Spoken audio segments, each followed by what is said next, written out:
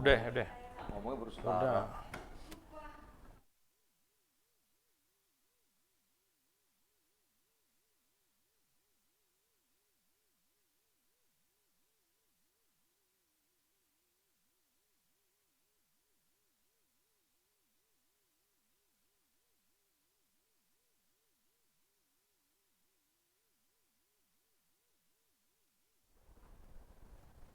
Assalamualaikum warahmatullahi wabarakatuh.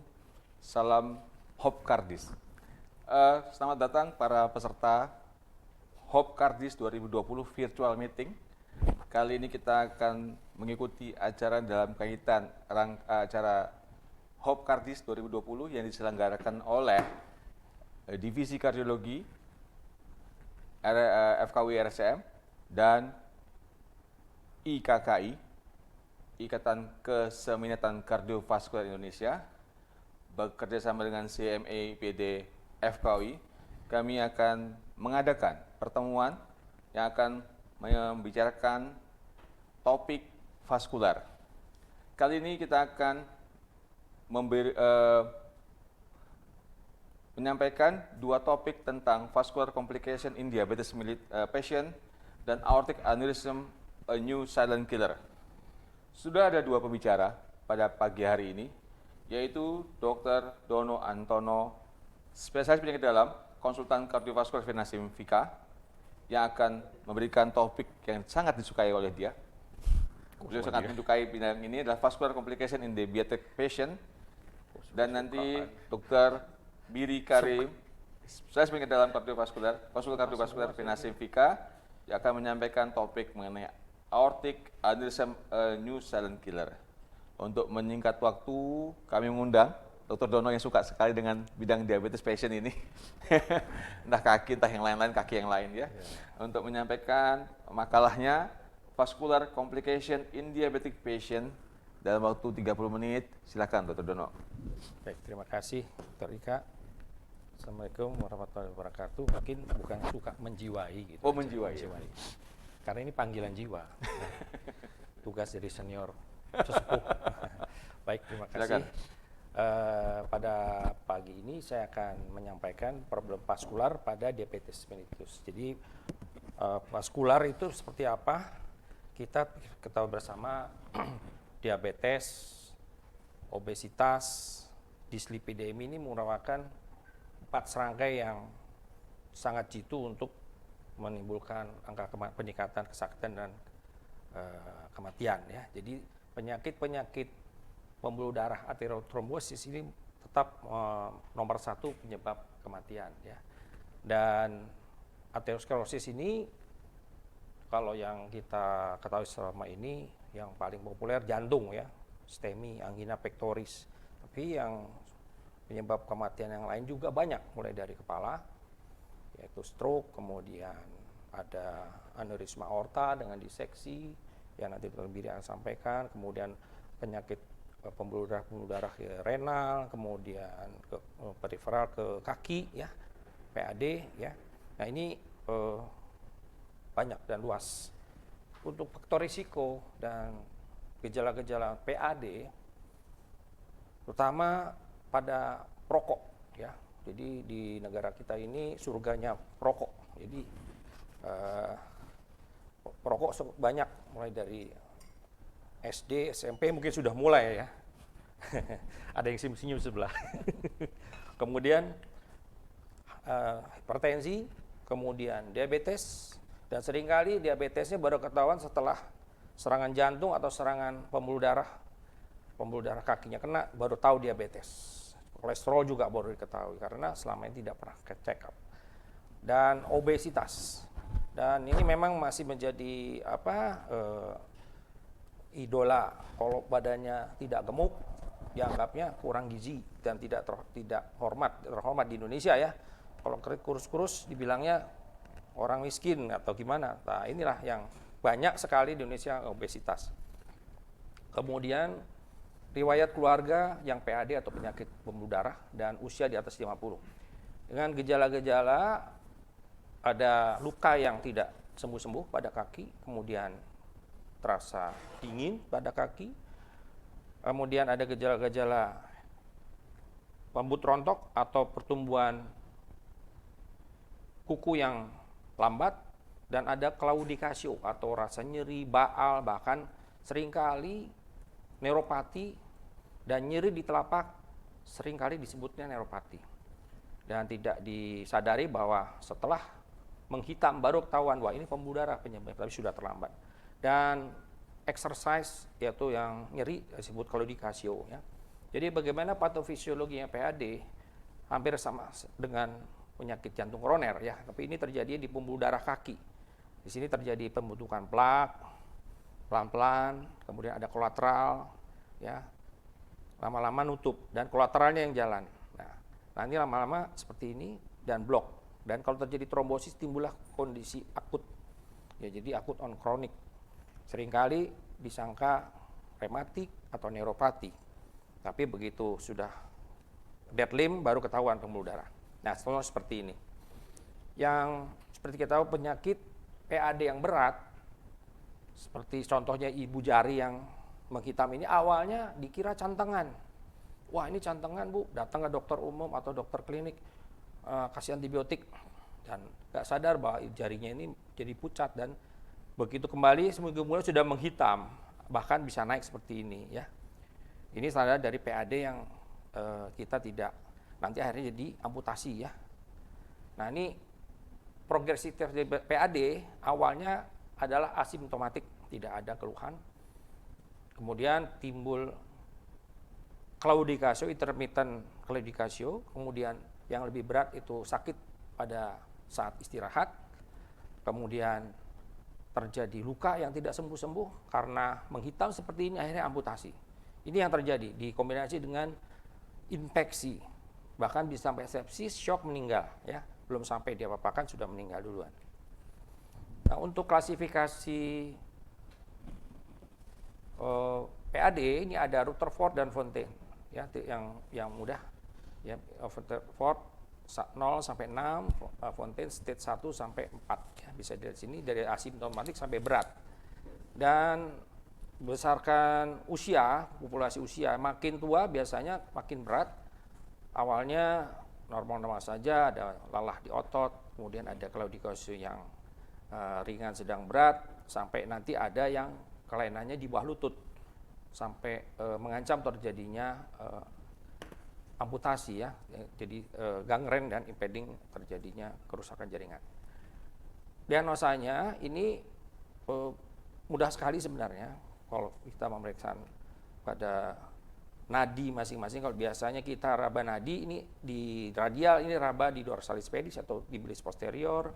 Kemudian cek tekanan, ankle brachial index atau dengan pulse film recording, dan yang bisa melihat objektif adanya penyempitan dengan USG Doppler.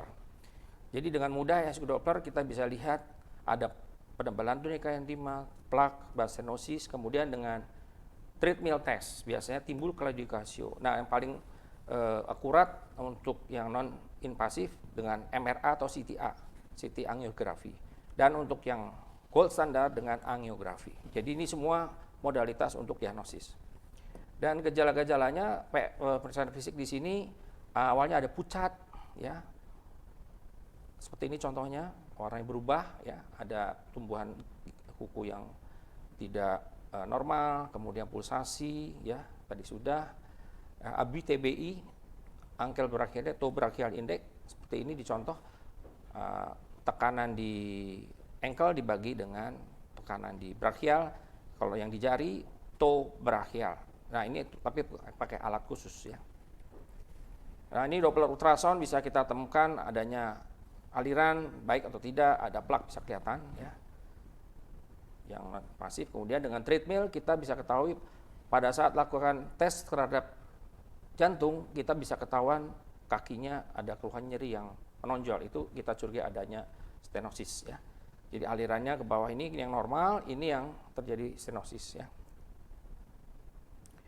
Jadi bagaimana treatmentnya? Treatmentnya untuk PAD yang berat bisa dengan open surgery. Ini yang dulu kita pertama lakukan dengan endarterektomi atau bypass ya, yang lama sekali. Tapi untuk saat ini ada pilihan lain, yaitu dengan angioplasti. Kemudian ini yang penting adalah lifestyle harus kita rubah, stop merokok, turunkan LDL seoptimal mungkin, kemudian kontrol gula darah, A1C dikendalikan, hipertensi, dan minum obat teratur, statin, obat hipertensi, ACE inhibitor, dan sebagainya. Dan ini untuk yang PTA, itu terapi untuk angioplasti dengan cara persis seperti balon di jantung. Kalau jantung PTCA, ya, C itu koroner. Nah ini C-nya hilangkan jadi namanya PTA. Jadi bisa crossover, menyeberang seperti ini untuk melihat yang di pangkalnya, di aorta iliac baru ke bawah. Ya. Jadi step-stepnya seperti ini, sama juga bisa dengan stent, ke kaki ke bawah juga dengan balon dan stent, sama halnya seperti di jantung. Dan ini kalau operasi endarterektomi open seperti ini contohnya, atau bypass ya, bypass seperti ini. Dan ini ada treatment option, ada yang kalau di kalsium mau diapakan, akut ini diapakan, kemudian corrective ini bisa dilihat di download di internet, bisa jelas. Dan kapan kita merefer, jadi kita punya list, ada tidak kelainan-kelainan kalidikasio atau kaki dingin, kemudian pulsasi tidak ada, kemudian kita edukasi pasien untuk periksa ankle brachial index, ya, ada tidak gejala-gejala PAD, dan kita kirim untuk USG Doppler, ya, yang objektif. Nah, baru kalau misalnya kita ketahuan ada critical, segera dikirim. Jadi bagaimana untuk manajemen PAD? Diagnosis dari kalidikasio itu ada nyeri pada saat jalan, itu kram otot, rasa otot biasanya timbul sewaktu melakukan aktivitas berkurang setelah istirahat beberapa saat. Nah, ini khusus untuk yang tungkai ya, bawah. Jadi ada kondisi akut, ada yang kronik. Nah, yang tanda yang akut tiba-tiba blok, pucat, perubahan temperatur. Nah, kalau sudah lanjut menjadi sianotik dan nekrosis seperti ini. Dan ini sudah terjadi kematian jaringan. Nah, kalau yang kronik ini terjadinya pelan-pelan, oklusi total, kemudian terjadi kolateral. Nah, ini jadi atrofi, bulu kaki rontok, hipertrofi, kemudian aliran rambat, nadi lemah, kemudian temperaturnya kalau kita angkat menjadi pucat dan benar lebih dingin, ya. Nah, untuk lower extremity arterial disease di sini kita lihat ada kondisi akut atau kronik, ya, ada kondisi emergensi, ada akut ischemia, ini tiba-tiba menutup, seringkali salah artikan penyakit isialgia karena saraf, karena kesakitan salah satu kaki. Nah, kita harus periksa tekanannya, apakah kondisi tidak ada aliran sama sekali atau hanya kritikal, masih ada aliran tapi sangat kecil, yaitu atau di ankle di bawah 50 mm Hg, kemudian di jari di bawah 30 ya, dan timbul pada saat istirahat. Contoh seperti ini adalah critical ischemia, awalnya jari kelima ini membiru. Nah, oleh dokter bedah, ya, ini amputasi saja, ternyata dia tidak memperhatikan brachial index, tekanan di jari bagaimana. Jari yang keempat ikut mati, akhirnya seperti ini. Nah, akhirnya dikirim ke kami untuk dilakukan angiografi. Nah, ternyata yang terjadi adalah tibialis anterior total, peroneal total, tibialis posterior total. Jadi tekanan di bawah sangat miskin. Jadi kalau kita lakukan amputasi jari kelima, jari yang sebelahnya ikut mati karena apa? Tekanan tidak masuk, ya. Nah, ya ini dilakukan angioplasti, ini balonnya ya, kalau refer balonnya panjang-panjang seperti dan masuk ke telapak kaki. Nah, ini setelah dibuka mengalir semua ya sampai ke telapak kaki. Dan ini hasilnya setelah alirannya diperbaiki jadi tumbuh lukanya, kemudian epitelialisasi terjadi dan sembuh seperti sedia kala. Awal ini kakinya akan diamputasi oleh dokter bedah di Biloni, tapi pasiennya tidak mau ya, kita buka aliran darah. Kemudian kalau kita curiga adanya penyakit arteri renalis, kalau ada gejala hipertensi yang refrakter, kemudian tiba-tiba terjadi gagal ginjal yang tidak dijelaskan, terjadi tiba-tiba flash pulmonary edema. Jadi di sini kita harus perhatikan kemungkinan ada stenosis daripada arteri renalis. Jadi kalau umurnya antara 30-50, kemudian ada hipertensi, kemudian ada bruit ya di daerah abdominal, tiba-tiba accelerated hypertension, resistant hipertensi dengan maligna hipertensi yang refraktor dengan obat-obatan. Nah, itu kita harus curigai adanya stenosis arteri renalis ya. Jadi yang yang pilihan adalah di endovaskular. Contohnya seperti ini pasien dengan refraktor hipertensi, ternyata di arteri renalisnya ada stenosis seperti ini. Kemudian ini dibalon, ya, dibalon, kemudian ini pasang stent, ya, nah seperti ini. Nah ini setelah terapi diberikan di revaskularisasi, hipertensinya jadi terkendali cukup dengan 1-2 macam obat saja, yang sebelumnya dengan 4 macam obat tidak terkendali. Kemudian untuk obat-obatan yang dipakai untuk low extremity PAD, yaitu silostazol, nitrofuran, pentoxifilin, ya, dan sebagainya, ya, termasuk obat-obat yang lain, antihipertensi, lipotropin, antiplatelet, ya, dan prostaglandin yang banyak dipakai. Dan rekomendasinya adalah endovaskular, ya, untuk pasien-pasien yang PAD. Nah, untuk yang pasien diabetes mellitus sering kita dapatkan ada gangguan disfungsi ereksi. Ini juga harus diperhatikan pada pasien-pasien DM dan disfungsi ereksi terjadi gangguan PAD, ankle brachial index-nya rendah, itu kita curiga ini akibat pembuluh darah yang besar. Contohnya seperti ini. Pasien ini ada total oklusi di aortoiliac dengan kolateral yang baik masuk ke kaki, dan kakinya ini critically ischemic dan ada luka yang tidak sembuh-sembuh. Ya, ini sudah 2 tahun nggak sembuh-sembuh. Kemudian ini dilakukan angioplasti.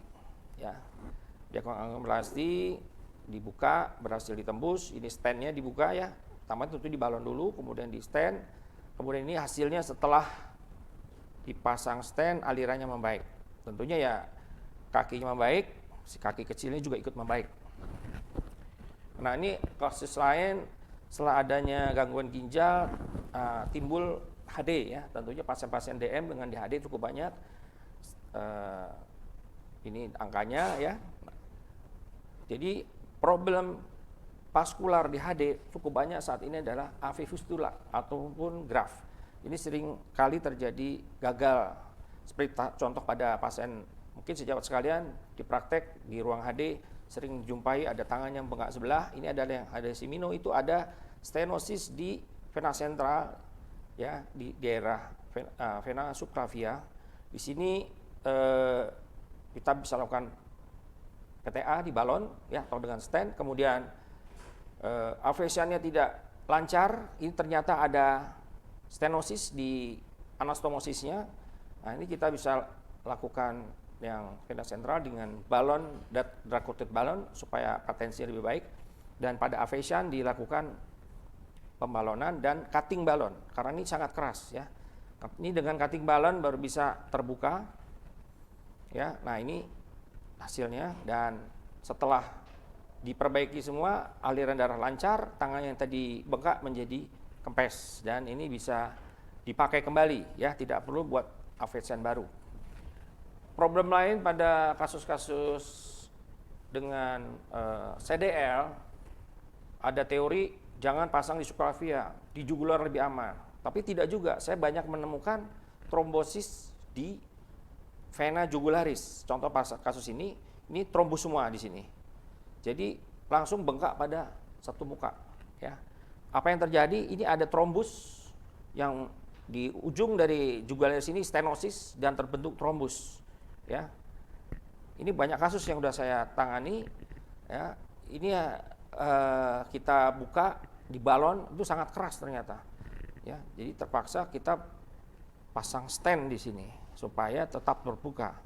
Nah ini stentnya, ya, dibuka. Nah ini setelah dipasang stent, nah ini yang mengalir, ya, ada sisa trombus, tapi dengan yang mengalir ini diberikan antikoagulan membaik. Ini sorenya di angioplasti, besok pagi langsung kempes karena jugularis yang di distalnya ini sudah terbuka, ya. Jadi ini problem termasuk yang kasus, ya, termasuk baru, ya, karena dikatakan jugularis aman, ternyata tidak. Nah ini ada kasus dengan seorang laki-laki dengan penyakit jantung koroner, tapi waktu screening untuk toleransi tindakan usaha BG dari neurologi mengatakan berat karena ada stenosis berat di daerah karotis, nah di sini, ya. Kemudian dilakukan angioplasti. Nah, ini dipasang filter wire di ujungnya untuk menyaring embolic protection device, kemudian ini dibuka. Nah, ini stand-nya lagi dibuka. Ya. Nah, ini stand-nya self expanding, bisa saya lihat. Ya. Jadi pada waktu melakukan ini kita udah masang, ini adalah saringannya embolic protection device supaya tidak terjadi stroke. Nah, hasil akhirnya adalah ini. Ya, langsung terbuka ya. Jadi kesimpulannya, pasien diabetes sejak awal dia didiagnosis sebagai diabetes, kita harus kendalikan HbA1c, LDL dan tekanan darah dengan seoptimal mungkin. Dan pasien-pasien diabetes ini perlu kita perhatikan keluhan-keluhan di kaki, tentunya jangan hanya mengandalkan bahwa ini ada neuropati, kita harus memastikan dengan vascular mapping, palpasi juga dorsalis pedis dan tibias posterior, dan dinilai ABI-TBI-nya. Kemudian kendalikan selalu dicek berkala serum kreatinin dan albumin. Kemudian kita harus mencegah tidak hanya jantung tapi juga pembuluh darah. Dan kita harus anjurkan kepada pasien kita, itu yang pasien terutama yang diabetes, harus dianjurkan jalan atau jogging untuk mencegah terjadinya penyakit-penyakit pembuluh darah. Baik, terima kasih. Assalamualaikum warahmatullahi wabarakatuh. Terima kasih Dr. Dono Antono, spesialis penyakit dalam konsultan kardiovaskular Vinasim Vika. Waktunya tepat sekali dok, malah lebih cepat sedikit. Jadi kita lebih menghemat dan ditanya jawab lebih banyak lagi nanti. Selanjutnya, Dr. Dono ini sebenarnya banyak sekali dari dalam kurikulum Vita ini nggak disebutkan karena sudah dikenal di mana-mana. Sudah memberikan banyak training ya sampai keliling Indonesia, terutama untuk masalah vaskular. Dan nanti kalau jika ada yang terhambat aliran Siminonya silakan kontak beliau. Topik kedua akan disampaikan oleh Dr. Biri Karim, spesialis penyakit dalam konsultan kardiovaskular Vinasim Vika mengenai aortic aneurysm, a new silent killer. Kepada Dr. Biri Karim kami persilakan, waktunya 30 menit. Baik, terima kasih Dr. Ika atas kesempatannya. Assalamualaikum warahmatullahi wabarakatuh. Selamat pagi menjelang siang, salam sejahtera untuk kita semua.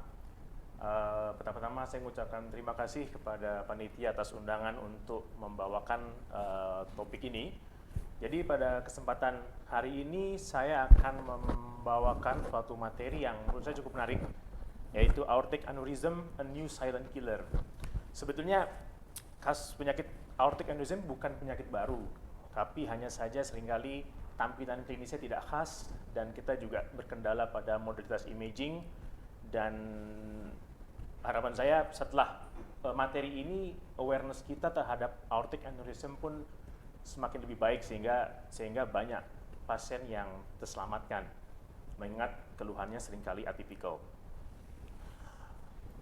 Seperti saya sampaikan di awal bahwa ini bukan penyakit baru, tapi memang seringkali underdiagnosed. Seperti kalau kita flashback dalam sejarah, Albert Einstein pun salah satu pasien yang menderita diseksi aorta abdominal. Dan di Amerika, pasien usia di atas 65 tahun pada usia lanjut ini merupakan kelompok pasien yang berisiko untuk terjadinya AAA atau aneurysma aorta abdominal, di mana AAA ini merupakan penyebab kematian ke-13 dan juga penyebab sudden death ketiga terbanyak pada laki-laki usia di atas 60. Dan pada pasien-pasien di negara berkembang seringkali aneurisma ini underdiagnosed sehingga kesulitan untuk mendapatkan data-data epidemiologis, di mana data-data ini penting sekali untuk kita sebagai acuan. Dan kenapa disebut silent killer? Karena aneurisma aorta ini seringkali tidak bergejala dan mimicking atau menyerupai keluhan penyakit-penyakit lain, seperti halnya dia mengeluh chest pain, seringkali datang dengan keluhan nyeri dada, kita duga sebagai akut STEMI, atau keluhan nyeri perut menyerupai kelainan-kelainan masalah gastrointestinal sehingga memerlukan awareness atau kejelian bahwa jangan-jangan bukan masalah aorta, bukan masalah torak atau abdominal, tapi lebih ke masalah aneurisma. Jadi secara definisi memang aneurisma aorta itu suatu bentuk dilatasi.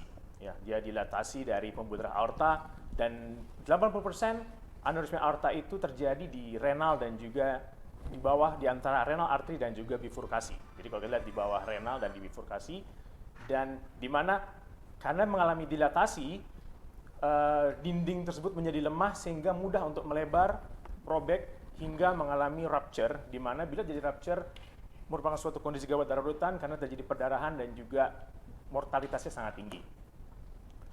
Ini gambaran triple A, di mana ini aorta yang normal, ini aorta yang mengalami bulging, dindingnya menipis karena terus melebar hingga mengalami robekan dan rupture. Mekanisme yang sama terjadi juga di aneurisma aorta thoracalis. Kalau kita lihat nih segmen dari aorta descendant, dia mengalami pelebaran, dindingnya menipis sehingga berisiko untuk terjadi rupture. Tentu penyakit ini tidak datang sendiri, melainkan ada beberapa risk factor yang juga mesti kita perhatikan, yaitu usia lanjut, jenis kelamin, dan jenis kelamin yang tersering untuk menderita aneurisma aorta ialah laki-laki lebih banyak daripada perempuan. Kemudian ras tertentu seperti ras Kaukasian, perokok, riwayat hipertensi, aterosklerosis, dan juga family history. Artinya, kelompok pasien yang memiliki riwayat keluarga dengan aneurisma aorta berisiko untuk terjadi peningkatan 4 kalinya untuk terjadi aneurisma. Dan yang tidak kalah pentingnya adalah kondisi-kondisi genetik, di mana kelainan-kelainan seperti Marfan syndrome, Ehlers-Danlos syndrome juga berisiko untuk terjadi aneurisma. Dan pasien-pasien tersebut seringkali asimptomatik, terutama mereka yang tidak rupture. Karena kalau tidak rupture, kondisinya sudah menjadi kegawat daruratan, dan seperti saya sampaikan sebelumnya, aneurisma aorta abdominalis seringkali keluhannya seperti hanya penyakit gastrointestinal, nyeri perut, mudah kenyang, mual, nyeri pinggang, sehingga tidak terlalu spesifik. Jadi tampilan klinisnya pun tidak khas. Begitu juga dengan aneurisma aorta thoracalis pun seringkali mengeluh sulit menelan atau nyeri dada atau sampai nyeri di daerah punggung. Sehingga seringkali kita memikirkan kemungkinan yang lain baru kita mencurigai sebagai suatu aneurisma aorta, bahkan diseksi. Ini klasifikasi dari aortic dissection. Jadi kita menggunakan klasifikasi di Becky dan Stanford, di mana di Becky kita kelompokkan 1, 2, 3. Bila di Becky tipe 1 bila dia melibatkan aorta ascendant, arcus aorta hingga aorta descendant.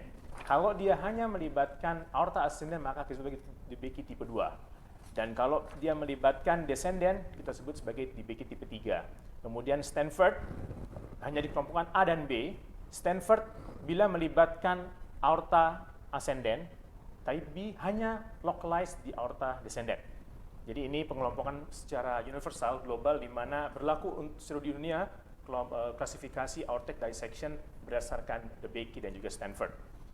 Ini tampilan klinis pasien-pasien dengan aneurisma aorta hingga dissection, di mana umumnya baik itu type A atau type B, saya ulang bahwa type A itu, Stanford type A itu hanya melibatkan aorta ascendant, type B aorta descendant.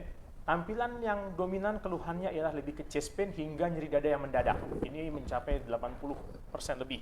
Yang lain, klinis-klinis lain tidak terlalu spesifik, sehingga lebih banyak keluhannya nyeri. Dan untuk uji laboratorium, seringkali pun yang kita ajukan tidak terlalu spesifik untuk aneurisma aorta, tapi bisa kita ajukan laboratory test yang tercantum di slide.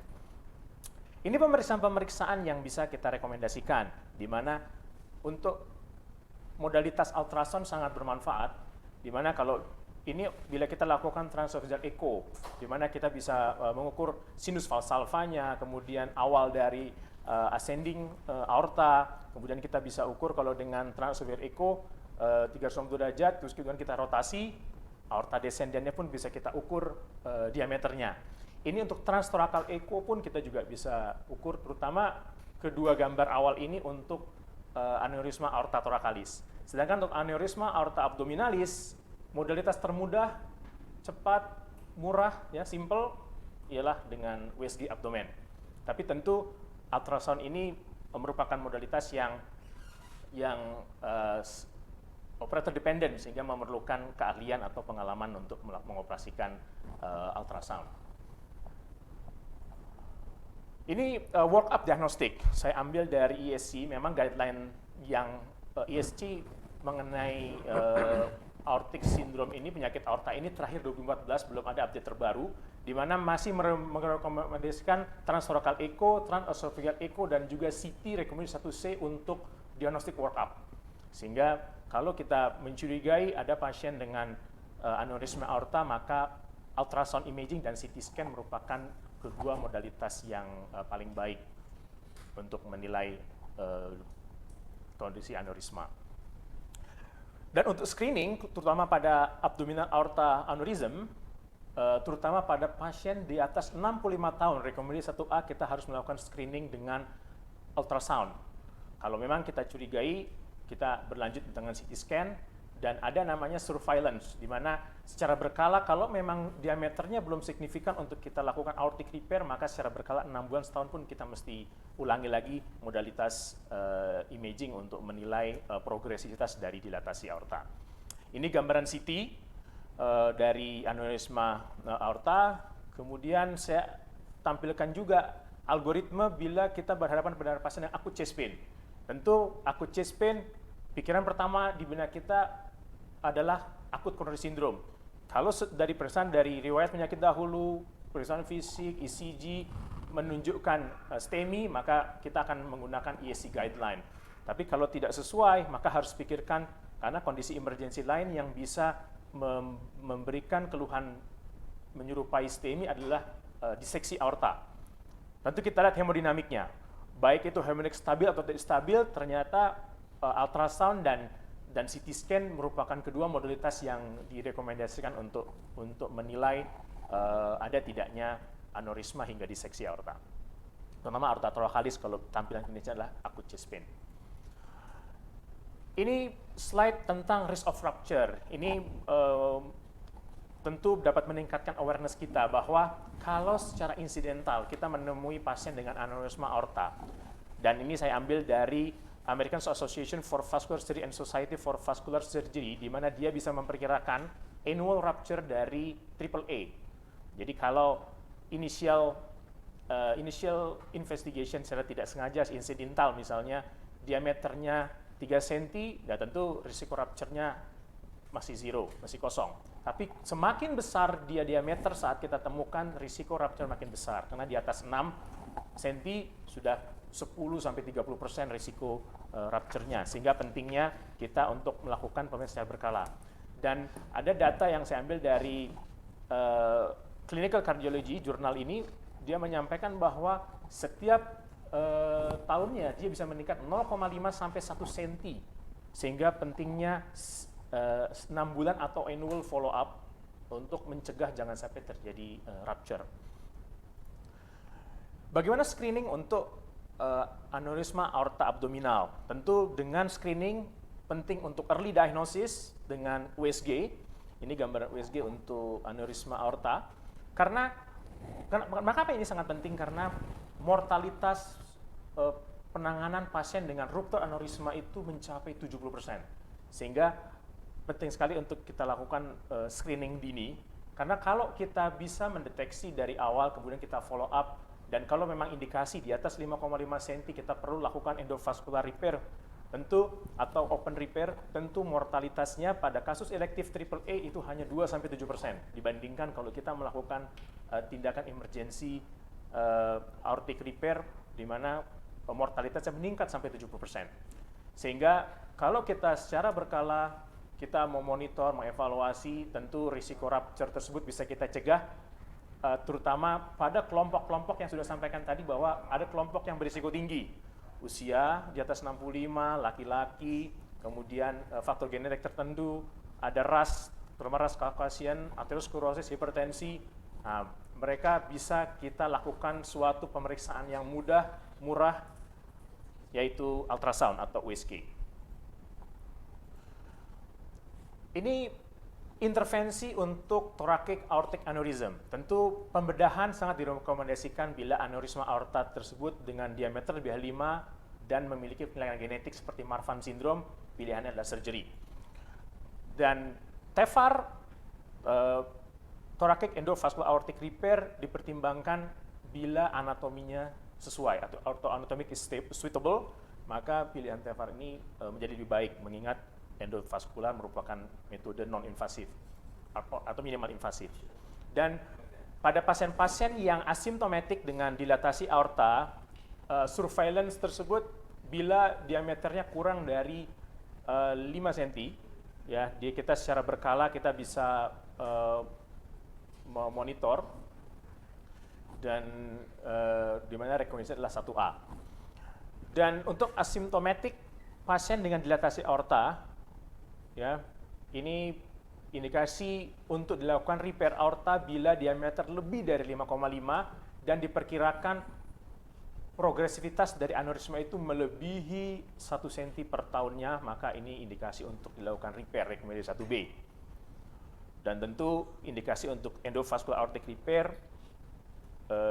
bila secara anatomi dia suitable, tentu suitable atau tidak berdasarkan anatomic finding yang kita temukan dari CT scan. Jadi memang CT scan itu kelebihannya adalah kita bisa menilai diameter, kita bisa menilai tortuosity, kita bisa menilai juga kalsifikasi dari dinding pembuluh darah, apakah suitable atau tidak untuk dilakukan endovascular aortic repair.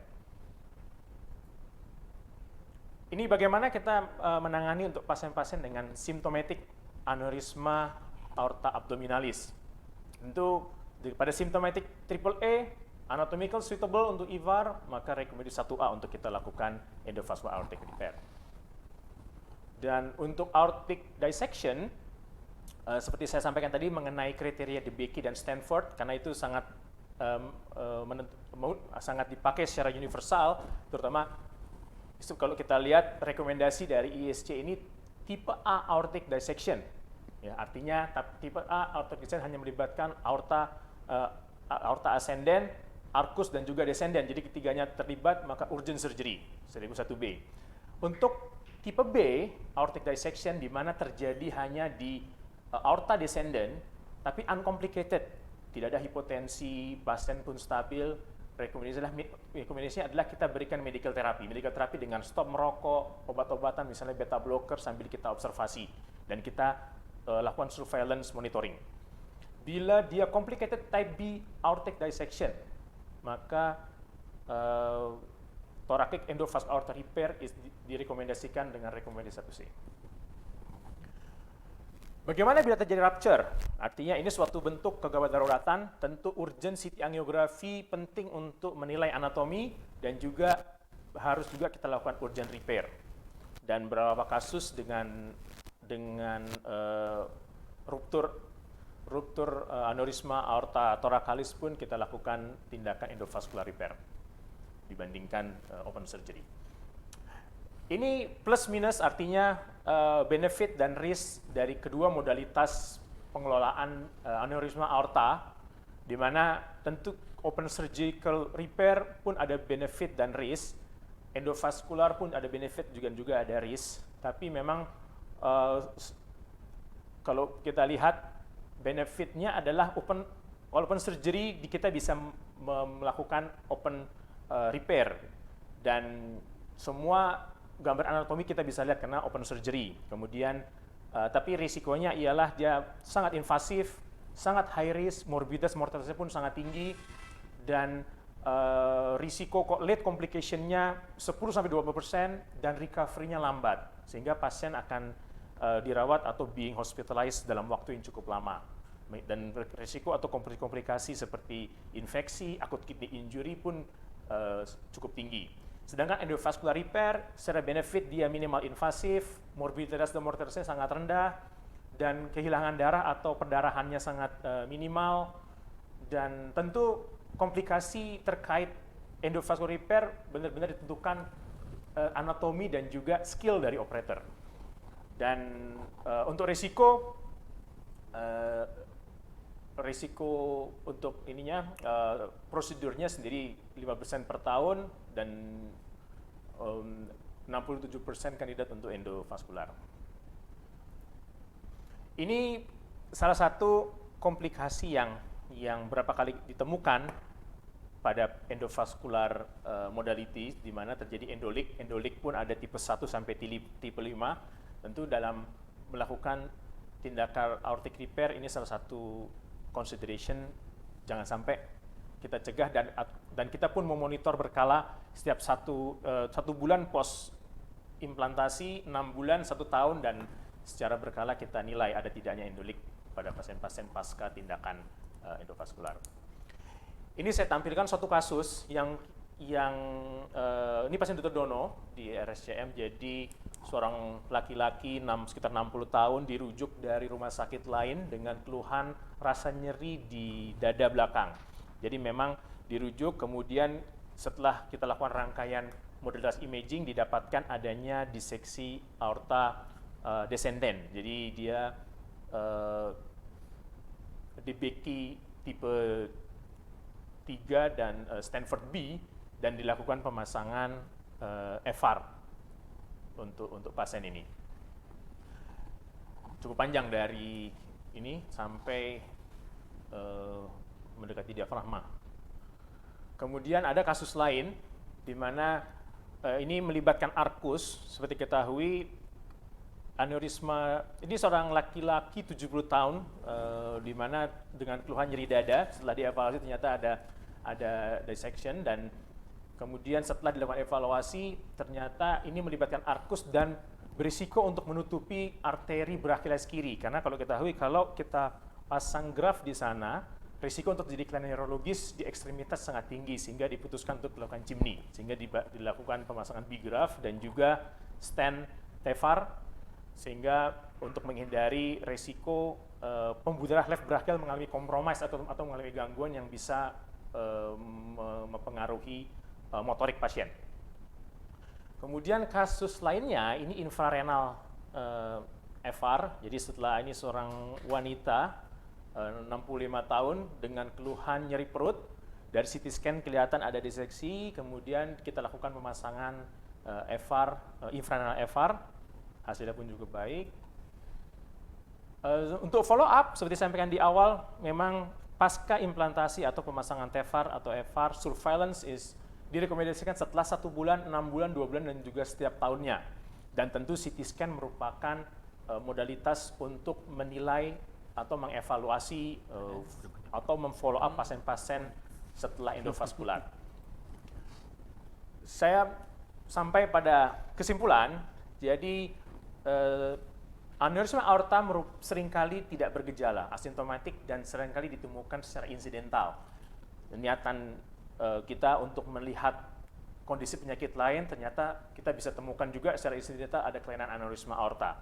Kalau dia belum indikasi untuk dilakukan aortic repair, misalnya hanya 3 cm, 4 cm, tentu secara berkala kita nilai 6 bulan sampai setahun, kita ulang lagi CT scan, atau kalau di awal kita insidental ditemukan dari ultrasound, kita bisa evaluasi dengan ultrasound.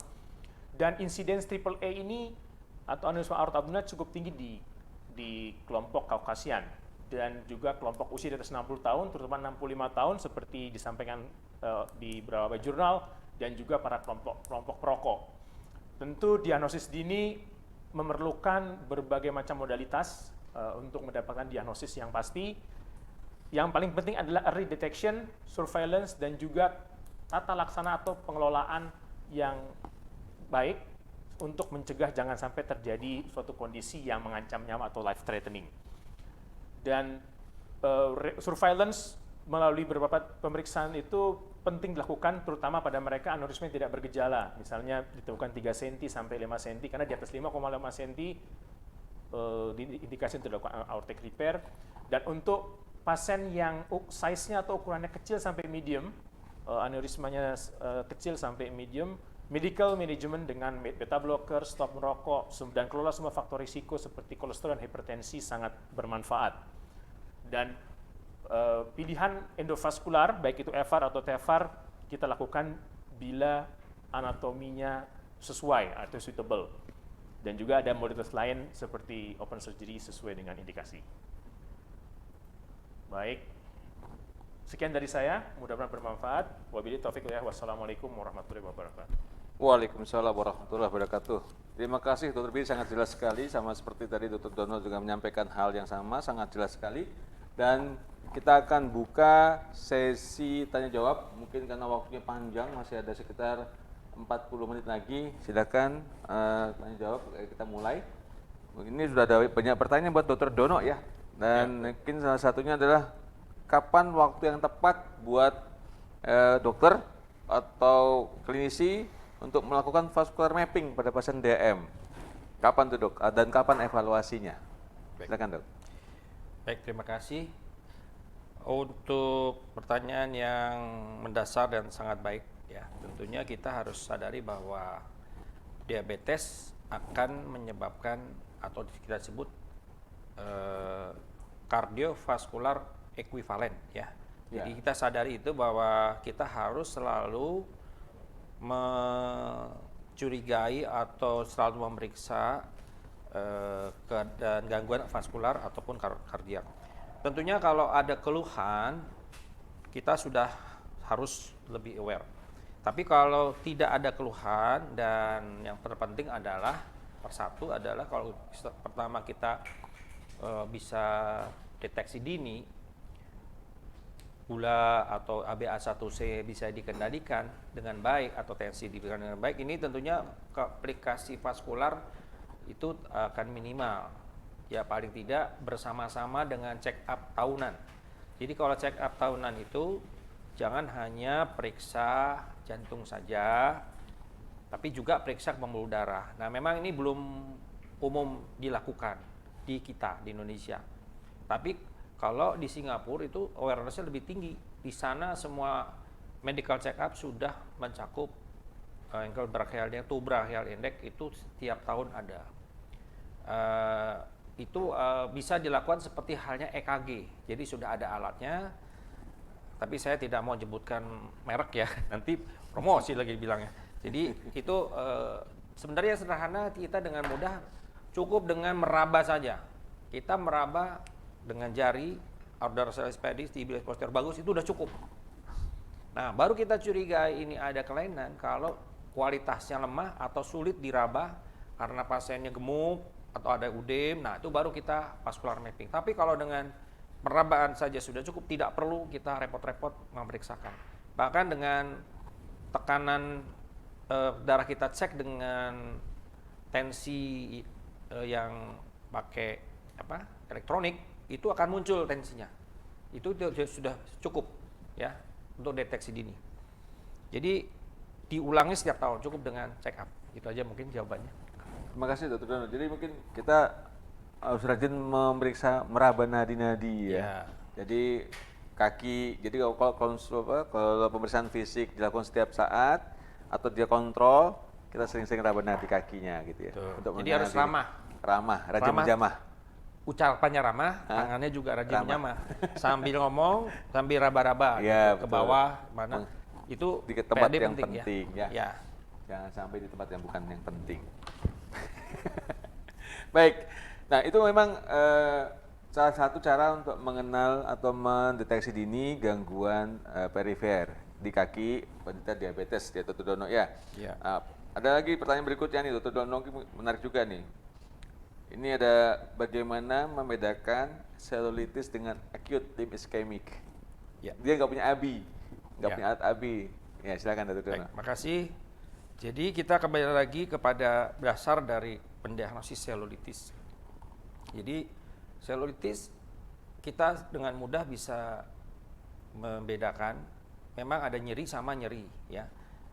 Tapi biasanya selulitis itu bengkak, sering bersamaan dengan semacam kayak DVT ya. DVT itu keluhannya kaki bengkak. Kalau akut limb ischemic itu jarang bengkak, dia malah kakinya normal atau cenderung mengecil malah. Kalau udah kronik timbul akut. Tapi kalau yang benar-benar akut, bentuk kaki itu sama besarnya. Dan akut limb ischemic yang jam pertama kita sulit bedakan karena dia hanya timbul nyeri iskemik, tapi belum sampai timbul pucat. Nah, baru setelah 2 jam, 3 jam baru muncul kaki dingin, demarkasinya jelas.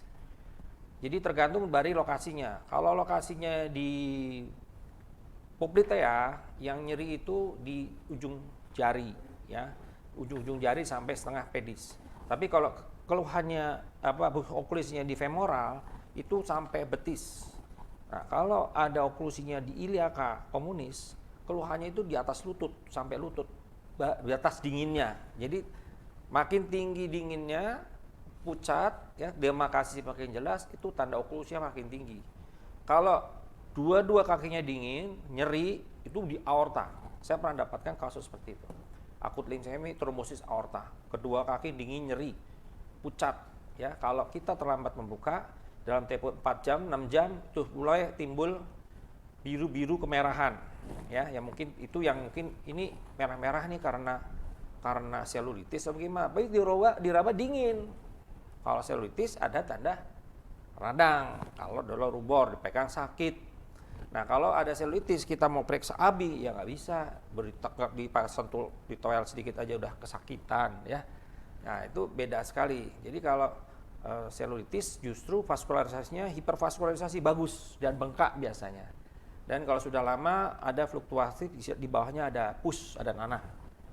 Biasanya itu yang membedakan. Dengan USG Doppler kita bisa lihat kalau memang tidak ada alatnya ya pakai Doppler yang ada handheld itu, ya.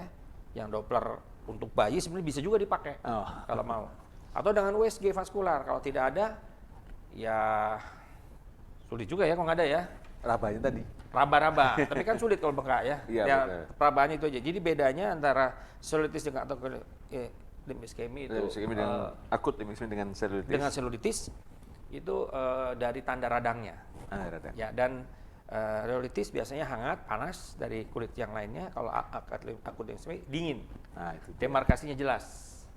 Itu Terima kasih Dr. Dono. Mungkin gantian biar Dr. Dono biar santai dulu karena ada banyak masih ada pertanyaan lagi. Kalau Dr. Biri ada banyak juga pertanyaan.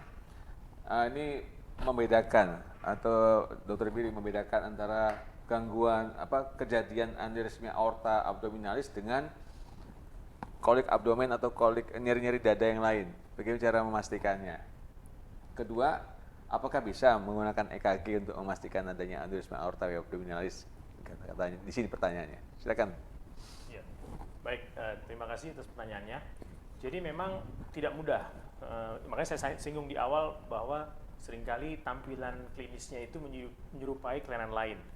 Seperti aneurisma aorta thoracalis dengan diseksi, seringkali tampilan klinisnya seperti akut STEMI atau ACS. Dia mengeluh nyeri dada, kemudian kita cek EKG, berapa pasien dengan aneurisma aorta pun juga menunjukkan elevasi dan juga kardiak enzimnya juga naik. Jadi memang harus jeli. Ada satu kasus sekitar 2-3 tahun yang lalu, pasien dengan klinis EKG kardiak enzim sesuai dengan akut STEMI. Kemudian pasien kita kirim ke cath lab untuk dilakukan primary PCI. Ternyata yang terjadi adalah flap atau robekan dari diseksinya menutupi ostium dari pembuluh darah koroner, sehingga dia tidak ada flow ke koroner. Ya tentu ini bukan masalah ACS dan lain, ini karena diseksi. Nah, seringkali sehingga memang saya sampaikan bahwa keluhannya tampilan klinisnya memang mimicking atau menyerupai. Ya tentu kalau kita mengikuti rekomendasi dari ISC di mana saya sudah juga tampilkan juga algoritma mereka, kalau memang pasiennya ada gangguan hemodinamik, ya tentu pilihannya adalah untuk diagnostik atau menilai sebagai imaging ialah dengan transvagal echo sampai CT scan untuk menilai. Cuma memang pada saat awal kita menyingkirkan ACS-nya terlebih dahulu sebelum kita memikirkan dia diseksi. Karena kita ketahui satu, angka ACS lebih banyak dan ACS seperti STEMI perlu revaskularisasi segera. Kalau memang terbukti bukan, kemudian tapi memang tidak boleh delay terlalu lama. Kemudian, maaf Dr. Ika, apalagi pertanyaannya? Oh yang itu, apakah bisa digunakan EKG untuk mengenali adanya aneurisma aorta abdominalis? Untuk abdominal tidak bisa, tapi thoracalis bisa, tapi seringkali gambaran elevasinya itu kita berpikir ke arah STEMI terlebih dahulu. sampai kita terbukti bukan. Karena kalau memang seperti yang kasus saya sampaikan tadi, dia ternyata flapnya yang menutupi, tentu kita lakukan angiografi akhirnya untuk koroner, ternyata terbukti bukan, dan kita bisa ortografi. Kebetulan kasus itu kita sudah di ruang kateterisasi jantung sehingga bisa ke ortografi sehingga terlihat flap atau diseksinya. Memang tidak mudah, perlu kejelian. Paling tidak kita lebih aware bahwa kalau ketemu pasien dengan chest pain untuk kasus diseksi aorta thoracalis, selain acute coronary syndrome, jangan lupa kita pikirkan kemungkinan diseksi aorta. Tapi tentu karena kasus ACS lebih banyak, kita singkirkan dulu ACS. Untuk bisa dengan pemeriksaan fisik, tapi tentu kita temukan adanya BRUI, tapi sehingga nggak mudah juga kita dapatkan. Ya tentu memang seperti saya sampaikan bahwa kayak kalian laboratorium tidak terlalu khas, tampilan klinis tidak khas, jadi memang perlu ultrasound dan juga CT scan untuk menegakkan diagnosis aneurisma hingga diseksi. Jadi harus echo ya? Iya, tapi setelah kita Yakin ya. kan? Jadi misalnya nyeri dada tanpa gangguan EKG, terus dia diduga ada gambar, itu apa echo langsung atau mau foto ronsen dulu apa gimana, Dr. Bidi? Echo tidak langsung, melainkan kalau dari guideline ISC yang ACS sendiri tampil ada memang rekomendasi echo, tapi rekomendasi 2A. Kalau nggak salah untuk echo, artinya kita lakukan yang rekomendasi 1A, 1B, 1C terlebih dahulu, baru kita lakukan echo bila semua kelainan terkait koronernya sudah kita singkirkan, tidak ada. Tapi memang kita harus cepat, artinya kita lihat seperti EKG, umumnya dia ada perubahan. Kalau memang tidak ada perubahan, pasien masih chest pain, kemudian mulai hipotensi, ya kita sudah mulai curiga jangan-jangan ada kelainan lain dari ACS seperti diseksi, maka kita boleh lakukan. Saya bertambah? Boleh, tambah. Ada pertanyaan tambahan mungkin, Dodono kalau mau nambah silakan. Kalau di perifer ketemu seperti ini, mereka ketemu gitu ya, dengan keluhan, apa yang harus dilakukan tuh untuk sambil melakukan transportasi? Silakan, Dodono atau Dr. Bidi sekali yang menambahkan. Silakan. Saya tambahkan yang tadi. Ya, boleh. Jadi kalau kita mencurigai ada diseksi aorta yang menutup ke ostial koronel Revmain atau RCA, sebenarnya kita bisa lakukan segera echo dulu. Jadi ekokardiografi itu sangat bermanfaat kalau misalkan diseksi di daerah root, aortic root atau sampai ke daerah katup, itu akan kelihatan dengan mudah double layer. Dan juga ada kasus waktu itu pernah ada tamponade jantung. Saya pernah dapatkan tamponade jantung, nyeri dada tapi dengan yang hebat, tapi tamponade. Jadi ini curiganya apa? Ternyata waktu di tapping, ya ini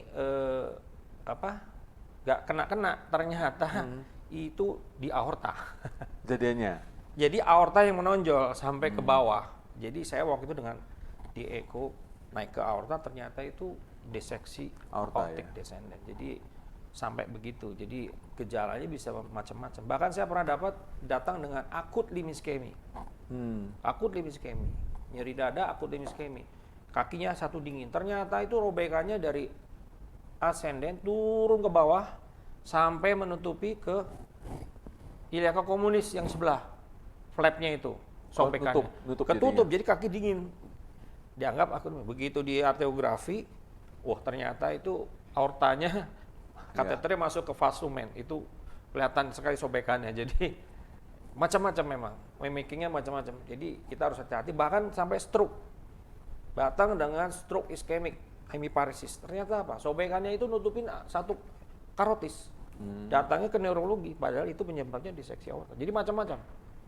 Jadi kita tetap kita sebagai ahli kardiovaskuler selalu mencurigai ini organ atau dari aorta, karena aorta itu bisa kemana-mana, ya.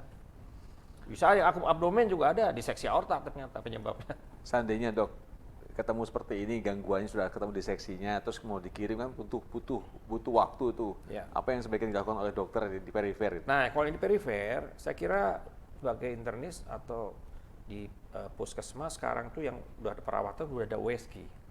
Jadi USG abdomen itu bisa dimanfaatkan mencari aortanya ada pelebaran atau ada double layer dari aorta, itu paling mudah. Ada Sampai ke vascular PV. Kalau di jantung ya di aortic root-nya ada double layer atau tidak. Torak foto.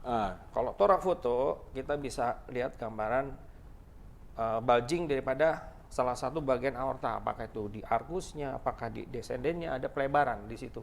Apa lateral itu bisa kelihatan. Tapi kalau di seksinya belum sampai aneurisma, ya itu sulit, harus dengan CT scan. Nah, seandainya mereka menemukan gitu dok ya, dengan cara mungkin echo ada kayak gambaran segala Double layer, macam, ya. double layer segala macam, terus mau dikirim, ada nggak obat khusus yang untuk dibantu biar jangan sampai pecah apa segala macam dalam perjalanan? Apakah perlu dikasih sesuai dengan keluhannya, misalnya dia hipertensi atau beta blocker? Dokter Biri atau sama Dokter Dono silakan.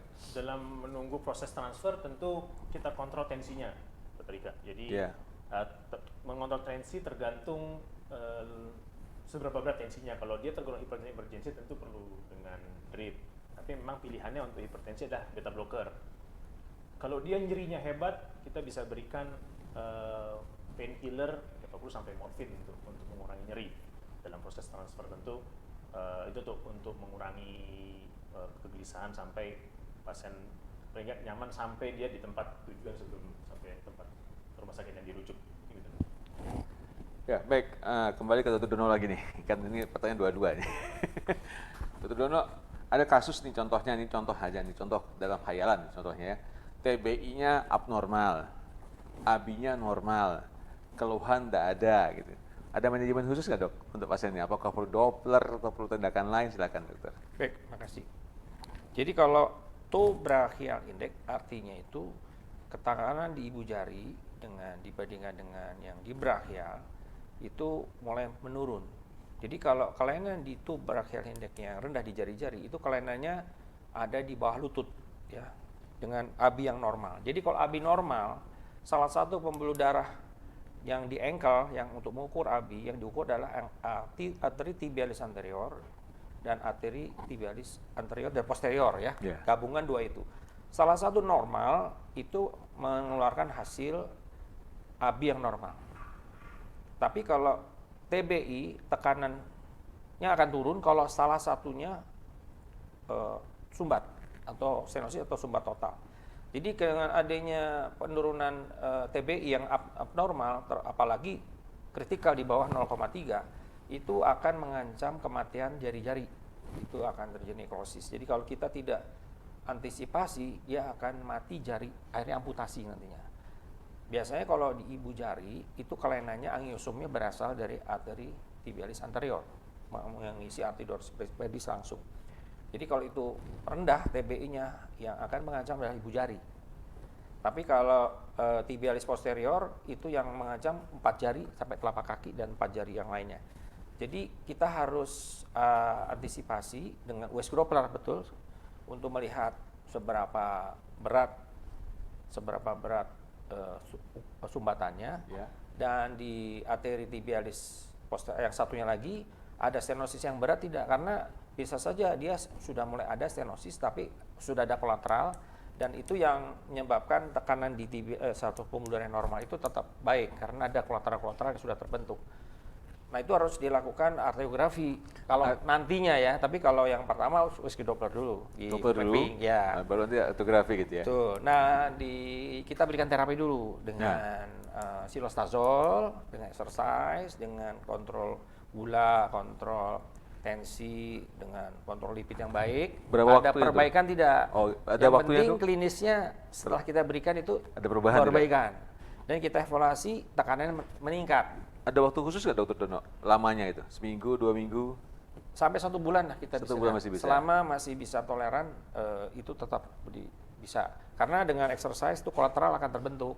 Dari yang satunya akan masuk ke atas. Makanya harus komprehensif semuanya dilakukan. Tentunya dengan memperhatikan jaringan yang ada di sekitarnya dok ya. Betul. Masih bagus apa tidak. Kalau makin memburuk tentu kalau harus sudah lain lagi. memburuk, misalnya sudah membiru, ada hitam di ujung jari, ya itu udah emergency, segera dikirim. Jangan nunggu 1 jari hitam, udah tinggal amputasi itu. Jadi memang harus diperhatikan terus, nggak boleh nunggu sampai 1 bulan, Jangan. tapi kalau ada perubahan Ya. jaringan juga harus Nah segera. itu harus segera dikirim karena proses untuk revaskularisasi sampai kita lakukan butuh waktu, apalagi dengan rujukan Iya. BPJS, perlu ACC, perlu apa, mungkin 1-2 bulan tuh baru terlaksana, jadi ya harus jauh-jauh hari. Ya, Kalau yang akut ya harus dalam tempo 6 jam, 12 jam harus dibuka sama kayak koroner gitu. Jadi itu yang belum tentu bisa di semua fasilitas ya. Jadi saudara sekalian kalau menemukan kasus seperti ini memang semua pemeriksaan fisik harus ditingkatkan ya. Jadi semua gejala klinis harus diperhatikan agar tidak ketinggalan tata laksana yang cepat dan tepat buat si pasien. Pertanyaan berikutnya Dr. Dono, bagaimana cara membedakan antara chronic limb ischemic dengan compartment syndrome? Kritikal. Dengan compartment syndrome nih. Ya, baik, terima kasih. Jadi kompartemen itu adalah semacam desakan atau jebakan yang dalam satu fascia ya. Jadi ada aliran darah lewat di situ, kemudian ada misalkan bocor, darahnya masuk ke dalam satu otot fascia dan itu akan menekan. Nah, kompartemen itu terjadi penekanan akibat desakan ya. Kalau critical limb ischemia akibat dari intravaskuler yang stenosis atau trombosis. Sedangkan kompartemen itu desakan dari luar. Jadi penekanan. Nah, itu harus dilakukan fasiotomi, dibuka supaya dirilis, supaya tekanannya turun, nah alirannya terlewat. Jadi kita harus bedakan. Ini apakah kompartemen sindrom yang menyebabkan penekanan eksternal ke pembuluh darah arteri atau memang trombosis. Ya kita bisa bedakan dengan pemeriksaan USG juga. Jadi kalau USG muskuloskeletal itu akan kelihatan ada jaringannya udem, otot yang udem ya. Itu biasanya kasus-kasus bedah, trauma atau kasus perdarahan ya, tusuk atau gimana, ototnya itu bedah di dalam itu menyebabkan penekanan pembuluh darah. Biasanya itu yang menangani bedah vaskuler ya, dokter bedah. Batangnya ke sana. Itu bedanya itu. Untuk kompartemen ya. Kompartemen. Kalau kritikal semua bisa ya. Ya, tapi tergantung juga kritikal karena kompartemen beda lagi. Harus dokter bedah, harus dibuka. Baik, terima kasih Dr. Dono. Memang pertanyaan masih ada beberapa, tapi kembali lagi Dr. Biri karena ini bagi dua kali ya. Dr. Biri juga banyak pertanyaan juga nih mengenai aorta abdominalis ini. Ada mengenai ini apakah masih perlu dilakukan manajemen melakukan regular surveillance untuk yang ukuran aneurismanya 3 sampai 5,5 mm. Apakah kalau sudah ada gambaran aneurisma nggak dipasang EVAR atau TEVAR saja gitu tanpa melakukan surveillance regular? Baik, terima kasih pertanyaannya. Jadi memang sudah jelas bahwa kalau tadi sudah ada rekomendasi dari Vascular Surgeon Society di mana ada beberapa kelompok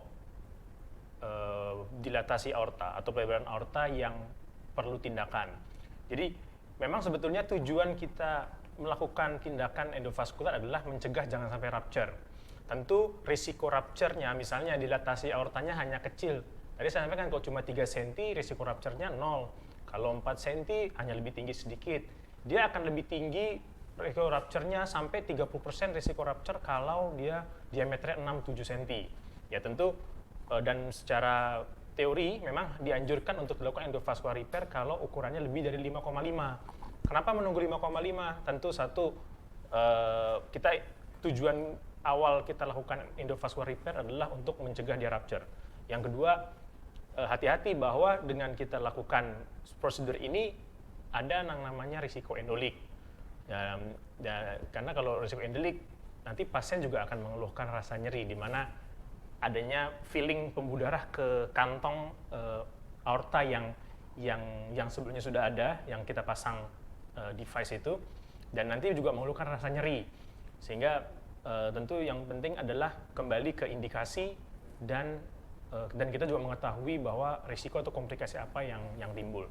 Tentu itu yang penting, sehingga memang beberapa tentu tidak direkomendasikan kalau 3 cm atau 4 cm kita pasang device. Gitu. Baik, terima kasih Dr. Biri. Saya juga harus menyebutkan siapa saja yang bertanya nih rupanya. biar lebih semangat jadi dokter IGD Wahyu Pratama. Terima kasih banyak atas pertanyaan tadi. Saya boleh tambahin? Ya, silakan dokter. Ya. Dono, silakan. Jadi kalau kita menilai aneurisma aorta, apakah itu bukan hanya ukuran ya? Ya. Jadi yang penting kalau sudah kita ketahui ada aneurisma, ini bicara aneurisma tadi ya, Ya betul. ukuran ya. Aneurisma aorta. Kalau Ukurannya itu apa perlu dikerjain kita apa enggak harus itu? cari ada diseksi atau tidak. Nah itu. Walaupun ukurannya masih normal, kalau ada keluhan nyeri itu kita curigai ada. Jadi akut abdomen dengan bentuk ukuran aorta normal, dicari di yang organ lain tidak ada apa-apa, kita harus curigai itu ada diseksi aorta atau ada ulcer ya. Nah kalau kita ada diseksi aorta kita diamkan saja, itu akan lama-lama akan terbentuk aneurisma yang besar, tapi di vas lumennya itu terbentuk trombus karena dia akan nutupin ya, lama-lama makin besar. Jadi kita harus cari apakah ada ulcer, apakah ada diseksi, walaupun ukurannya kecil, itu harus segera ditutup. Kalau tidak itu akan sobekannya akan berjalan terus kemana-mana. Ya, jadi kita harus cari sampai ke situ. Tapi kalau terjadi aneurisma ukuran 3 itu kita harus CT scan angiografi ada tidak sobekan. Kalau tidak ada sobekan, semua tertutup atau sobekan itu sudah di repair sendiri oleh vas lumen trisiroid trombus tertutup, ya itu tidak perlu diapa-apakan dengan observasi saja dan kontrol semua faktor risiko supaya jangan terjadi diseksi lebih lanjut, dan juga hati-hati pemberian antikoagulan atau antiplatelet pada yang sudah ada aneurisma. Itu dia tuh. Kalau kita kasih double, kasih itu terbuka nanti, hati-hati. Nah, walaupun ada trombus juga harus tetap hati-hati ya. Jadi kalau kita mau memberikan pada pasien itu memberikan double antiplatelet, memberikan antikoagulan, kalau ibu ada baiknya kita pasang aja dari awal. Kalau tidak nanti resiko sobek masalahnya. Jadi kita case by case. Ya, individual jadinya ya. Individual. Ya, terima kasih Dr. Azizah Puspitasari Ardinal yang menanyakan hal tersebut. Tadi juga Dr. Yosefania Markus dan Dr. Yudhistira Lian Putra serta Dr. Endah Pujiastuti yang sudah banyak bertanya. Dr. Endah ini bertanya cuma satu, Dr. Biri. Ini mengenai dia pernah punya pengalaman pasiennya calon jemaah haji kolik abdomen, terus tiba-tiba nyeri dada, nyeri perut yang segala macam, nggak tahu ya AAA. Nah itu sebenarnya bagaimana cara ini kolik abdomen nih? Ya, itu bagaimana cara mengenali cara dini? Ya, seperti saya sampaikan di awal, memang keluhannya tidak khas. Tentu awareness kita semakin tinggi kalau dia usia di atas 60 atau 65 tahun dengan faktor risiko hipertensi, dan faktor-faktor risiko lain yang kita bisa curigai bahwa dia potensi untuk terjadinya aneurisma sampai diseksi. Tentu kalau memang pasien ngeluh nyeri perut, dia usia sudah di atas 60, ada hipertensi, lebih baik kita langsung pastikan bahwa dia tidak ada aneurisma. Kalau memang ada aneurisma, kita harus lebih lebih intens juga untuk mengevaluasi seperti yang disampaikan Dr. Dono bahwa aneurismanya sudah ada keterlibatan diseksi atau tidak. Karena mengingat nanti manajemennya akan berbeda. Karena kalau keluhan abdominal pain kita treatment sebagai masalah gastrointestinal, dia akan tidak akan kunjung membaik. Sementara karena masalahnya bukan di gastrointestinal, melainkan di pembuluh darahnya. Mungkin itu, mengingat kita harus jeli dalam menilai berdasarkan faktor risikonya. Betul, ada tambahan? Cukup, udah. Baik, tadi pertanyaan dari Dr. Azizah ya. Mungkin tadi dari menyangkut soal TBI dan ABI, Dr. Muhammad Berdian Rahmanadi, dan terakhir Dr. Lydia Devi yang menanyakan soal loritis dan Ali. Ada pertanyaan berikutnya Dr. Biri dari Dr. Muhammad Iqbal Zaki Asyari. Ini kalau ada pasien dengan kronik diseksi diseksi aorta kronisnya dengan hemodinamik stabil, apakah mau tindakan apa? Apa EVAR, apa open surgery?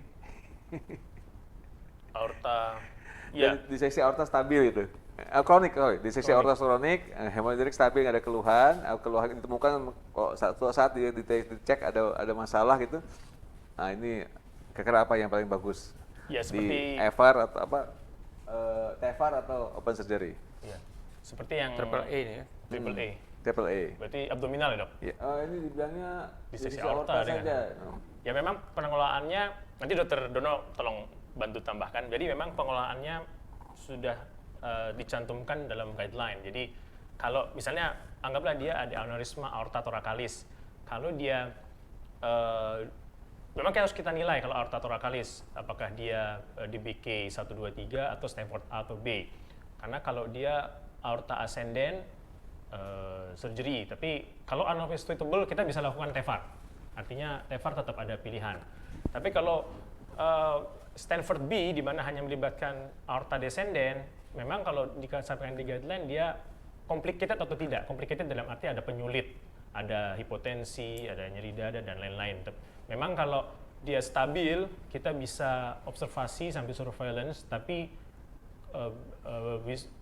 kalau dia complicated, artinya complicated maksudnya keluhannya dia tidak stabil, memang harus kita lakukan modalitas endovascular aortic repair. Dan kalau dia triple A untuk abdominal, ya memang kita juga nilai satu ukurannya, satu diseksi atau tidak. Kalau iya, ya memang endovaskular pilihan. Meskipun sebetulnya untuk open surgery memang ada tempatnya, tapi mengingat dia sangat invasif, dan umumnya pasien-pasien dengan aneurisma aorta adalah usia lanjut, sehingga komorbidnya sudah banyak. Dan kalau kita lakukan open surgery, risiko dia perawatan di rumah sakitnya akan lama, dan nanti kita akan menghandle beberapa penyulit atau komplikasi post-op. Sebetulnya akhirnya sekarang kita lebih memilih untuk modalitas minimal invasif, yaitu endovascular aortic repair. Mungkin Dr. Nur tambahan. Baik, terima kasih. Baik, tadi kalau kita menilai dari ada yang penyakit aneurisma, yang aorta yang indikasi untuk di repair, baik open maupun endovaskular, tentunya kita lihat kasus per kasus. Kalau usia lanjut, komorbidnya banyak dan berisiko. Kalau open, ya kita sekarang sudah lebih banyak dengan endovaskular. Jadi endovaskular bisa murni hanya lokal anestesia saja. Kita bisa untuk menutup tempat puncture-nya itu dengan occluder device. Memang ada banyak yang dipasang, tapi itu sudah cukup dengan occluder device 2-3 macam, 3 buah, itu akan menutup luka bekas puncture yang besar, yaitu cukup dengan lokal saja. Jadi dengan kata lain untuk usia lanjut sangat aman ya, terutama yang banyak komorbid ya. Jadi tidak dengan cut down ya. Cut down pun masih bisa dengan bius lokal ya, dengan regional atau dengan anestesia spinal saja, epidural. Jadi masih bisa dilakukan. Nah, kalau kita diamkan saja kondisi yang aneurisma yang kronik itu, kita tidak bisa tahu sampai kapan dia akan proses itu akan berlanjut. Nah, nanti yang sulit itu kalau dia sobekannya tiba-tiba masuk ke daerah-daerah cabang-cabang vaskular, misalnya turun ke abdominal, cabang rena, suliaka. Nah, itu kita sulit untuk melakukan repairnya. Karena apa? Kalau dengan chimney atau stand yang untuk masing-masing cabang itu bisa saja, cuman harganya jadi mahal sekali. Satu stand itu bisa 50 juta saran untuk ke masing-masing cabang, untuk renal 1, 2, nah itu bisa mahal. Kecuali itu memang ditanggung ya sama asuransi. Tapi ini kan asuransi BPJS hanya menanggung yang pokoknya aja, sulit untuk dilakukan. Nah, kombinasi lainnya dengan debranching, itu dengan operasi. Tapi ya itu kan berisiko juga akhirnya. Jadi selama kita temukan ada indikasi, walaupun itu tenang, sebaiknya kita pasang stent supaya aman. Kalau dia ada hipertensi atau dia perlu minum antiplatelet, antikoagulan, bisa dilakukan dengan aman. Karena sudah ditutupi daerah-daerah yang aneurisma, daerah yang ada false lumen, ada trombus yang nembal situ, sudah ditutupi oleh cover stent. Jadi sudah lebih aman. Speknya kita lakukan dengan elektif. Ada banyak pertimbangan, Dr. Dono ya. Jadi ya selain tadi keluhannya juga mungkin kalau si penderitanya letaknya di luar kota sana, tentunya kita harus segera putuskan ya. Biar nggak terjadi hal-hal yang nggak diinginkan. Baik, ini ada pertanyaan yang sangat panjang sekali. tapi kok kayaknya nggak berhubungan dengan kita punya acara, tapi mungkin saja Dr. Dolok bisa memberikan solusi ini.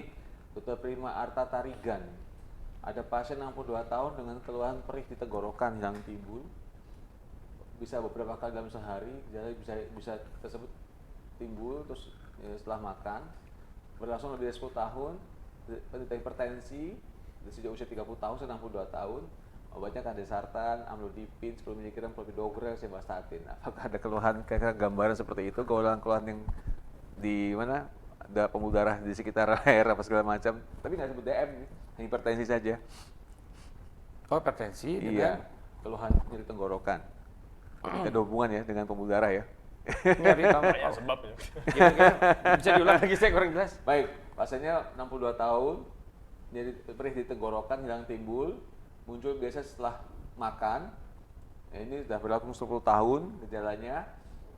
Pasien penderita hipertensi sejak umur 30 tahun, obat-obatnya kandesartan, amlodipin, clopidogrel, simvastatin.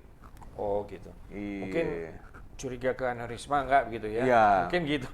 Bisa, apakah ada kemungkinan ke arah Ya, sana enggak kalau gitu? memang ada faktor risiko hipertensi, ya tentunya kita periksa dulu dengan torak foto dulu ya. Torak foto ya. dulu, ada elongasi tidak. Kalau kelihatannya ada yang elongasi aorta, kemudian kecurigaan yang ada penonjolan yang menekan mungkin nervus laryngeus, Iya. penonjolannya itu mengarah ke belakang, sakit tenggorokan atau suaranya serak, mungkin Iya, begitu. iya. Nah, kita harus curiga itu mungkin dengan lebih Aneurisma, detail lagi ya. dari CT scan angiografi.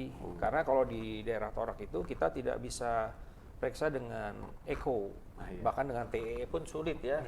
Karena letaknya agak Posisinya jauh lain. posisinya. Jadi sebaiknya ya di CT scan angiografi pasien ini. Jadi nyeri tenggorokannya atau suara serak mungkin ya itu dicurigai ada pembesaran ke arah belakang. Apakah jantungnya, apakah aortanya? Nah, kita harus lihat. Itu aja mungkin Dan sarannya. pertanyaan yang lain, Dr. Dono, mungkin adalah pasien-pasien dengan simino pada DM ya. Itu kapan? Ya, apakah nunggu bengkak dulu, apa perlu pemeriksaan serial untuk di Doppler apa di USG? Silakan. Ya, terima kasih, pertanyaan sangat baik ini. Jadi idealnya namanya screening avesan itu ya pembuluh darah yang sebelum kita pasang itu, pembuluh darah yang matang itu harus dilihat berapa besar arteri dan venanya. Nah, kalau vena itu harus 3 mili ke atas, nah itu paling bagus. Tapi setelah dipasang, dibuat avesan, AV fistula, matang itu setelah di atas 3 mm. Yang paling bagus 6 mili. 6 mili? 6 mili itu, udah bentuk 6 mili, nah itu udah bisa dipakai. Tapi kalau kurang dari 6 mili, itu hati-hati, dia bisa oklusi. Setelah simino dipasang, nanti diameter akan bertambah gitu ya? Ya, karena kan nanti arterinya akan lewat. Nah, kalau misalkan tidak pernah tercapai, ya itu biasanya setelah kalau dipakai kurang dari 6 mili, dia akan bisa stenosis. Jadi, nah itu yang kita harus ambil tindakan. Bisa saja nanti di tempat AV fistulanya itu kita nilai dengan Doppler atau dengan arteriografi. Kalau memang ternyata kecil, kita balon. Diperbaiki, dianggioplasti, dibalon, supaya dia terbuka. Ini ilmu baru nih dok, bahwa setelah siminonya dipasang kita harus tahu bahwa dia menambah diameter dari 3 atau 2 kali lipat dari sebelumnya. Sebenarnya itu udah lama ilmunya, itu ilmu pembuluh darah. Ya. Iya. Jadi kalau yang di center-center vaskular yang rutin, itu mereka tiap 2 bulan di Doppler dilihat. Nah, tiap 2 bulan ya? Velocity-nya dinilai, diameternya dinilai, di dalam pembuluh darah itu ada trombus atau tidak, ada stenosis tidak, itu kelihatan. Jadi tidak bisa dinilai dengan disirnya masih bagus, tidak bisa. Nanti begitu disirnya jelek itu udah mau total itu. Berhenti ya? Udah percuma, jadi udah terlambat. Kadang-kadang udah struktur. Nah kalau sudah ada stenosis itu biasanya kita istirahatkan dulu. Kalau trombus ya bisa ditrombolitik atau diistirahatkan dulu, pakai sedel tunneling dulu, diistirahatkan. Selama diistirahatkan tidak dilakukan apa-apa atau dikasih tambahan terapi baru gitu? Ya kalau trombus dikasih diterapi dulu, diberikan antikoagulan, antiplatelet atau ditrombolitik di intraarterinya atau venanya. Kalau memang ada ternyata ada stenosis, di balon. Ya jadi Dibuka. Dan dengan sekarang tuh pakai drug coated balon. oh ya. Itu akan lebih paten. Dan ada cutting balon. Untuk yang di daerah yang misalnya jauh dari sarana seperti ini, ada nggak saran khusus untuk kalau dia sudah Bisa, lakukan saya tindakan? kayak di Aceh ya, saya Iya. pernah datang ke sana, aksusnya banyak, bisa dilakukan di sana. Dr. Muhammadiyah itu. Tidak, bukan lakukan posnya. untuk di luar itu. Oh, pakai USG aja, diagnosis pakai USG. Terus ada obat-obat vaskularnya. tambahan itu tadi itu aja ya? Pakai USG aja. USG aja terus Sederhana. dikasih obat-obatan aja. Iya. Langsung Dikasih antiplatelet harusnya. atlet aja. Nanti dipantau lagi gitu. Ya, harusnya tuh kalau sudah ada bentuk apesian dikasih antiplatelet supaya mencegah trombosis ya. Baik, Dr. Dono. Kemudian kalau seandainya, ini contoh lagi, kalau pasien yang tadi disebutkan disfungsi ereksi kan, apakah harus langsung di angiografi ya, atau dikasih Tidak, obat-obatan tidak. dulu ya? Jadi indikasi yang bisa di angioplasti itu ada gangguan di aorta iliac, komoris maupun interna. Jadi kalau kita menilai AB-nya sangat rendah, kemudian di arteri femoralis kita sulit diraba, nah itu yang indikasinya bagus. Oh. Tapi kalau AB-nya bagus, TP-nya bagus, itu kelainannya di sangat distal itu nggak bisa, karena itu dari end arteri, itu nggak bisa, itu nggak bisa diperbaiki. Masalah lain itu ya, Masalah berarti. lain. Tapi kalau kelainannya di atas, Iya. itu kita buka, pressure ke kaki bagus, ke iliaka internanya bagus, itu jadi bagus biasanya, dramatis malah. Oh iya. Ya. Ini apa, membanggakan itu ya. Oh iya. Ya. Baiklah. Ada lagi pertanyaan dari para peserta acara webinar. Silakan kalau ada, kalau tidak ada, ini waktunya sudah 11.30. Ya. Baik, kalau tidak ada, terima kasih banyak atas kehadiran para peserta webinar Hope Kardis. Saya juga berterima kasih kepada Dr. Dono Antono, spesialis dalam konsultan kardiovaskuler Vina Simfika, yang sudah memberikan banyak keterangan atau tambahan ilmu buat kita semua, dan demikian juga Dr. Biri Karim, spesialis dalam konsultan kardiovaskuler Vina Simfika, yang juga sudah memberikan banyak masukan tentang aneurisma aorta abdominalis atau apapun pembuluh darah. Ini kita hari ini adalah sesi peripheral artery disease ya. Jadi semua di luar aorta, di luar jantung itu peripheral artery disease. Dan tentunya terima kasih kepada sponsor Medtronic yang sudah memberikan kesempatan pada hari ini supportnya. Kami menunggu kehadiran sejawat sekalian pada acara Hope Kardis Virtual Meeting berikutnya di tanggal 24 ya.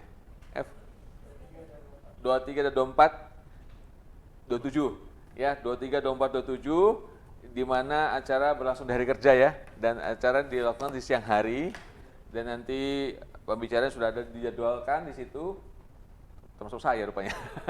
Baik. Kami tunggu kehadiran saudara sekalian di acara Hope Kardis Virtual Meeting berikutnya, dan kepada Dr. Dono dan Dr. Biri terima kasih banyak, kepada rekan sejawat yang hadir pada acara siang ini juga kami mengucapkan terima kasih banyak atas kehadirannya.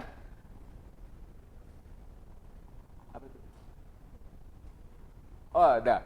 Baik, kami mempersilahkan kepada support Medtronic untuk menyampaikan sedikit. Ada yang mau disampaikan? Oh ya, silakan. Oh, ada PowerPoint-nya yang mau disampaikan oleh panitia. Saya? Nggak ada kayaknya. Nggak ada ya. Baik, kita tutup aja. Ada mana? Mana di mana? Saya nggak menemukannya. Langsung dari sana aja, dari operator.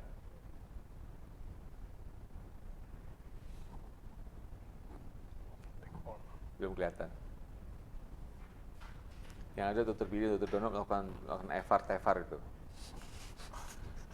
3 tahun lalu itu. 2-3 tahun lalu. Situ. Itu Bapak saya yang mana? Karena panjang Lupa Bapak saya gambarnya. yang mana. Oh, ini dia. Nah, 23, 24.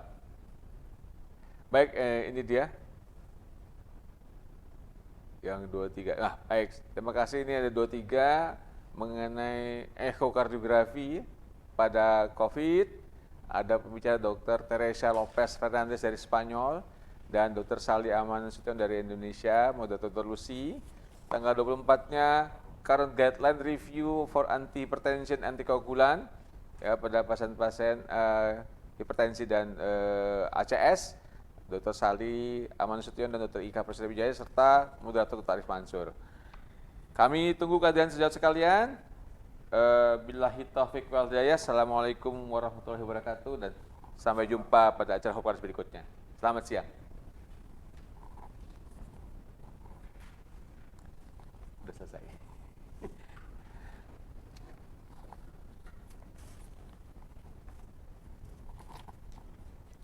Feedback nanti disampaikan Dr. Biri. Feedbacknya dituliskan di dalam chat ya. Sudah ya.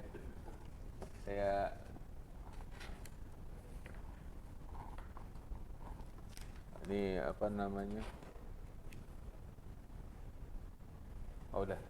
Ini bisa dimatikan? Kita bisa menikmati.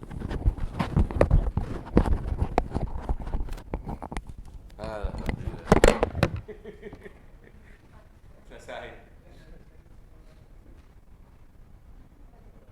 Pak Tri datang santai nih kan.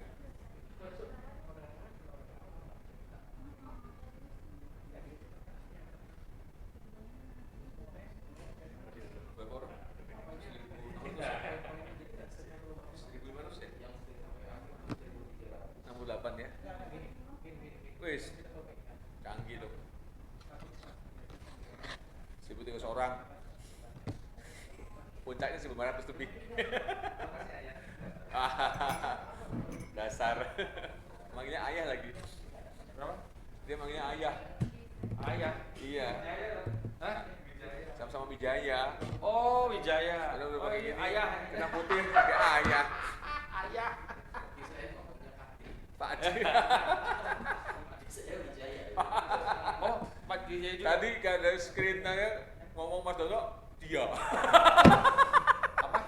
Dia ngomong kesukaannya beliau menjadi dia. Langsung dia rubah tutup Donaldo maksudnya. Saya nggak ada screennya, nggak ada pengantar pembicaranya. Mislip. Biasa. Suka. Bukan apa?